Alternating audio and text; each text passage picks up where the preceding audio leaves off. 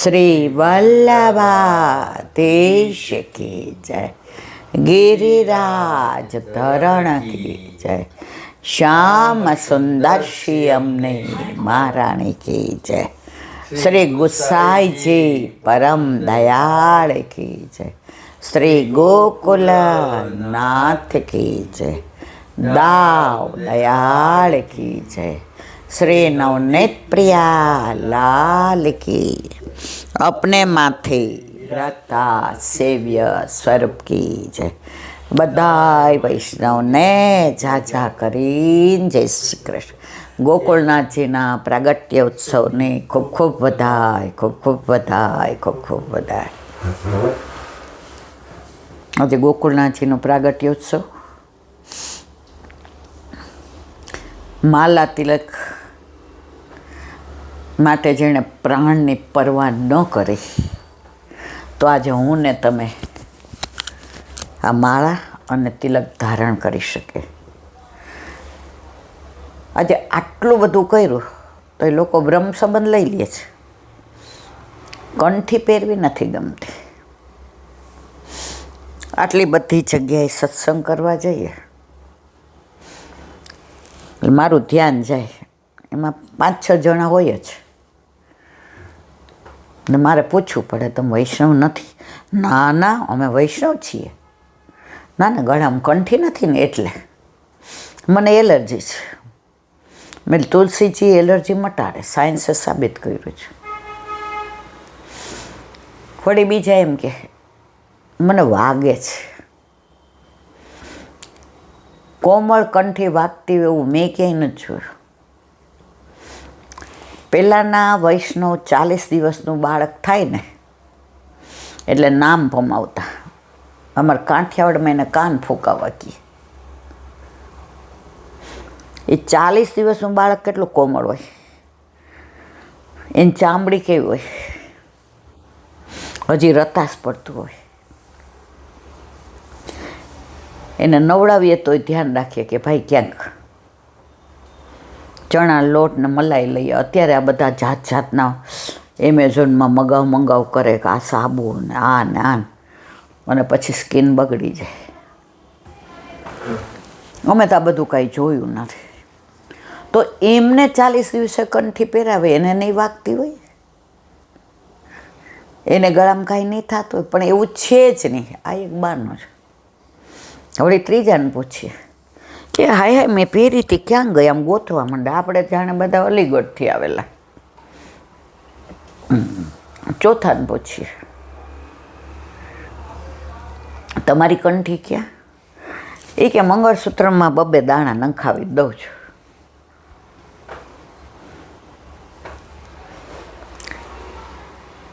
મેં કીધું સોનાનું મહત્વ કેટલું બધું કે આખો મંગળસૂત્ર સોનાનો, પાછળ 2 દાણા તુલસીના, એટલે કોઈને દેખાય નહીં।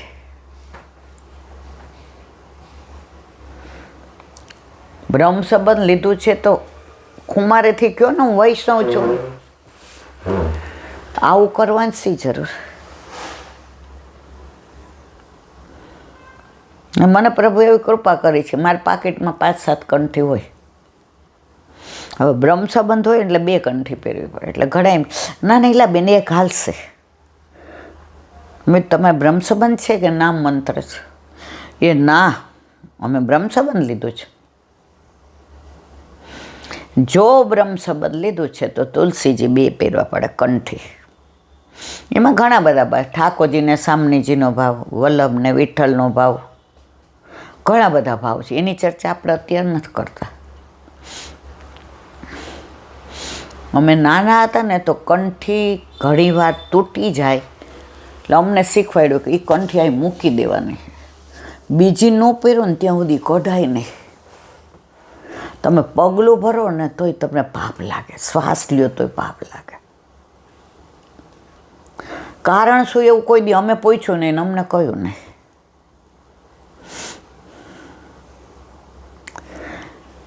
એટલે કંઠી કોઈ દિવસ, એક બેન જોબ કરતા હતા, ક્લાસ 1 ઓફિસર,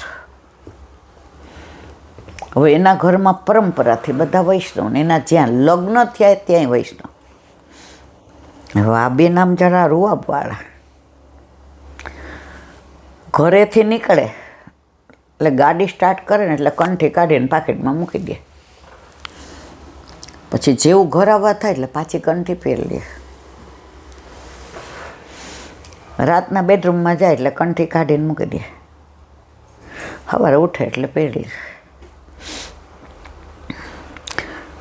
એના વરે કીધું તું અહીંયા રોજ આ કંઠી ટીગાડી દેશ. ના પાડી દે ને બાને કે મારે નથી પહેર્યું, એ નામે બ્રહ્મ સંબંધ, તો તું આવો દેખાડો કેમ કરસ?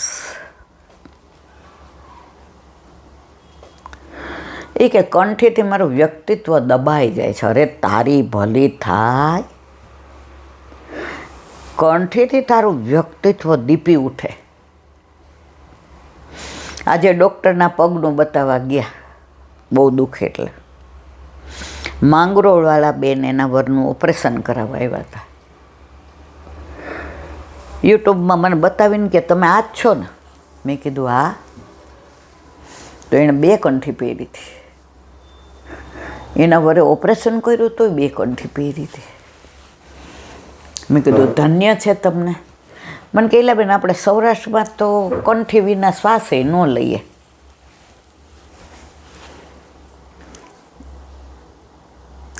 તો જેણે આ કંઠી માટે પોતાના પ્રાણ સોંપી દેવા માટે તૈયાર થયા, જેણે ગોકુળ છોડી દીધું, એ ગોકુળના જે જો ના કર્યું હોત તો આપણે અત્યારે કંઠી તિલક ધારણ ના કરતા હોત. આજે એક બાપા હતા ને, એ ખેતર નવું લીધું, આંબા વાવતા હતા આંબા. એટલે ખેતરનો જૂનો માલિક હતો ને એ આવ્યો મળવા. એટલે ખાટલો ઢાળેલો હતો. લોલા નવાએ જૂના બાપાને કે બેહો બેહો બા, આવું છું, ચા પાણી કરીને જાઓ. હા બા, હવે ખેતર તમારું. પેલા કોનું હતું બા? એ કે અમારું. અત્યારે કોનું જ બા? તમારું. હું નવો નહીં હોઉં ત્યારે કોનું હશે બા? અહીંના માલિક બદલાય છે, આ માલિક નથી બદલાતો. બેહો બા બેહો. હવે જેણે એક વાક્ય કીધું ને એ બહુ સરસ.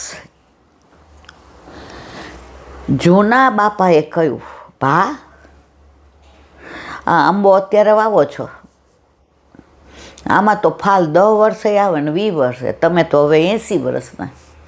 હવે કાઢ્યા એટલા ક્યાં કાઢવા છે? બાપાએ જવાબ સરસ દીધો, ભા મારા બાપાએ ભેગું કરીને ગયા તો આ ખેતર લીધું,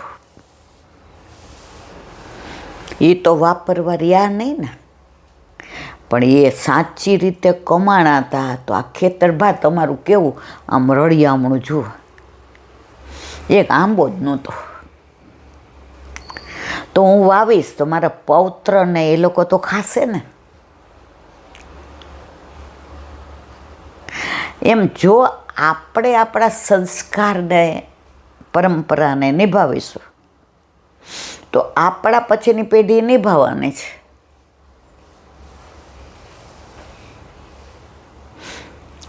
પછી બેઠા ભાઈ ખાટલે જૂની જૂની વાતો કરવા માંડ્યા. ઘરડા માણસોને તમે ખાવાનું ઓછું આપો તો ચાલે,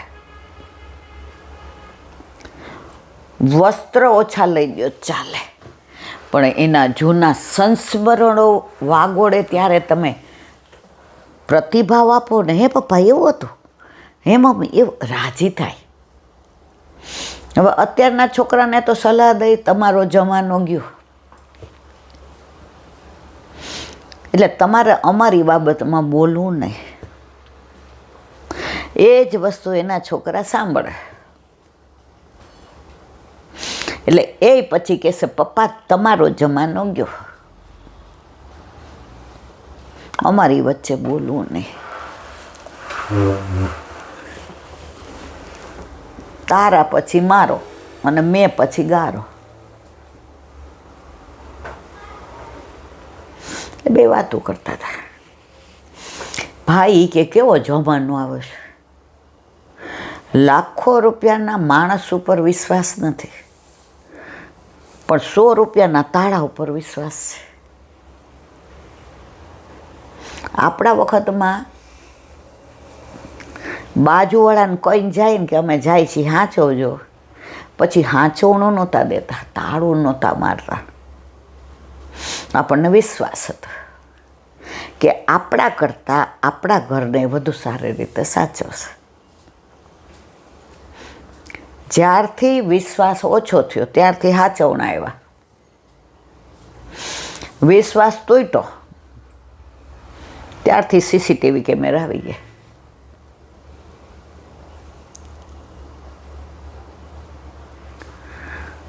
એટલે પછી ઓલા બાપાએ કીધું કે હાલો હવે રોટલા કરીએ છીએ, બટકું આપણે હારે ખા. એ કે તમને આવડે છે રોટલા? એ કે ખેડૂને બધું આવડે. એ કે ઘરેથી શાક લેતો આવું. એ કે આ રહ્યા રીંગણા, તમે તોડતા આવો. મેં ઠાકોરજીનું વસ્ત્ર રાખેલું જ છે, એને અહીંયા હોઉં ત્યારે એને ધરીને લઉં, અને ઘરે હોઉં ત્યાં તો ઠાકોરજી બિરાજતા હોય. હવે 2-3 ત્યાં રહેવું છે, કારણ કે આ ઓલો બોર કરાવવાનો છે, આ બધું વાવવાનું છે, ચીકુડી ને આંબો ને દાડમ ને સેતુ ને. આપણે નહીં હોય પણ આપણા ઠાકોરજી તો ત્યારે હતા, અત્યારે છે ને આપણે નહીં હોય ત્યારે.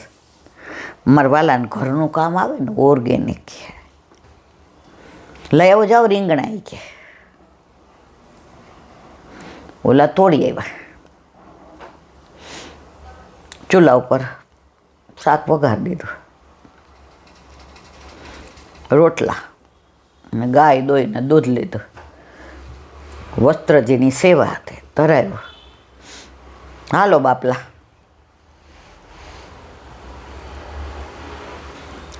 બે બેઠા અને ગોકુળનાથજીનો એક નાનો પ્રસંગ હતો. એટલે ઓલા જે ભાઈ હતા, જ્યારે વેચ્યું ત્યારે ભાવ મજામાં નહોતા.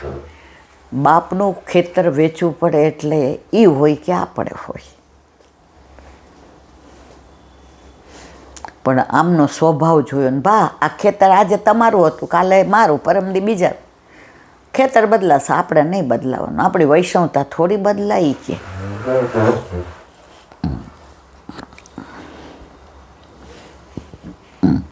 એ કે ગોકુળનાથજી એટલે બે પ્રસાદ લેતા લેતા વાતું કરે. એ કે ગોકુળમાં બિરાજતા હતા અને ગિરધરજીને દેવ બહુ વધી ગયું, એટલે બધા પંડા આવીને બેસી ગયા. અમે તમને ઠાકોરજીની સેવા નહીં કરવા દઈએ, પહેલાં અમારું બધું ચૂકવી દો. ગિરધરજી તો જતી મુને, ઠાકોરજી સામે બેસી ગયા. તારી લીલા તું જાણે. ગોકુળનાથજી કે આ ભાઈને ત્યાં કાં અવાજ આવ્યો નહીં? બધાએ કીધું આવું થયું છે. ગોકુળનાથજી આવ્યા, બોલો કે પેલા દેવું ચૂકવી દો, કે જેનું જેટલું છે એ હાલો મારે ત્યાં લઈ જાઓ. કોઈએ 500 કીધા ને કોઈએ 1000 કીધા ને ગોકુળનાથજી બધાને દીધા. એ તો સાક્ષાત પૂર્ણ પુરુષોત્તમ યમુનાજીનું સ્વરૂપ. એક જણો આવ્યો, એ કે મારા 500. ગોકુળનાથજી કે તમારા બાકી હોય એવું મને લાગતું નથી. તો શું હું ખોટું બોલો છું? ગોકુળનાથજી કે મેં એમ નથી કીધું તમે ખોટું બોલો, 500 આપી દો. ગોકુળનાથજી કે લઈ જાઓ, તમે ખોટું બોલો તો તમે જાણો ને તમારા કર્મો જાણો. બહાર નીકળીને કે આ કેવા ઉલ્લુ બનાવ્યા જોયું, આ લોકોને કાંઈ ખબર પડે નહીં. 500 લઈને મથુરા આવ્યા તો એના ઘરમાં આગ લાગી હતી. ખોટા લઈ આવ્યા વલ્લભકુળનું તરત વિનંતી કરી, મારા વાલા હું પાછા આપી જાઉં છું યાદ સહિત, મારું ઘર બચાવો. ગોકુળનાથજીના એટલા બધા વચનામૃત, એટલા બધા હાસ્યામૃત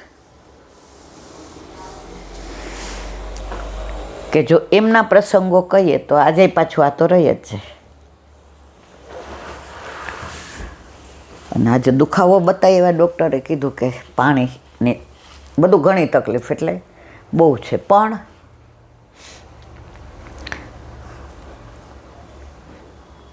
એકવાર બધા સ્વરૂપની સાથે સેવા કરતા તો ગિરધરજીએ કીધું, વલ્લભ હવે બધાય પોતપોતાની સેવા કરે. ભાઈ અમને તો તમારી યાર મજા આવે છે. એ કે ના, પણ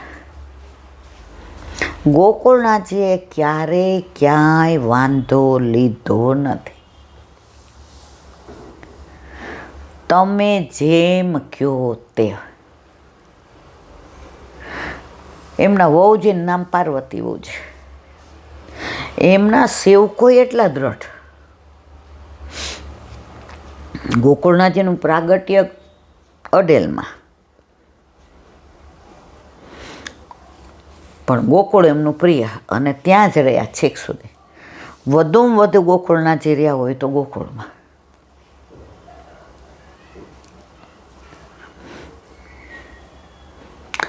ગોકુળનાથજીના વિવાહ પણ મથુરામાં થયા.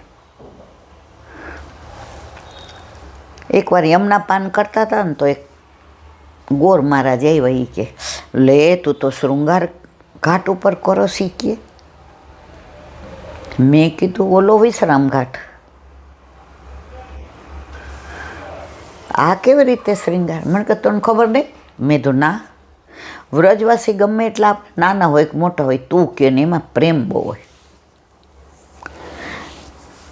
મને કે ગોકુળનાથજીના શૃંગાર અહીંયા થયા હતા અને વિવાહ અહીંયા થયા, એટલે આ ઘાટનું નામ શૃંગાર ઘાટ છે. મેં કીધું વાહ. ગોકુળનાથજીના વહુજીનું નામ પાર્વતી વહુ છે. હવે સિદ્ધપુરનો એક નાગર આવ્યો. એ કે મારે વૈષ્ણવ થવું છે. એ તે રુદ્રાક્ષ ઉતારીને તારે તુલસીજી ધારણ કરવા છીએ કે આ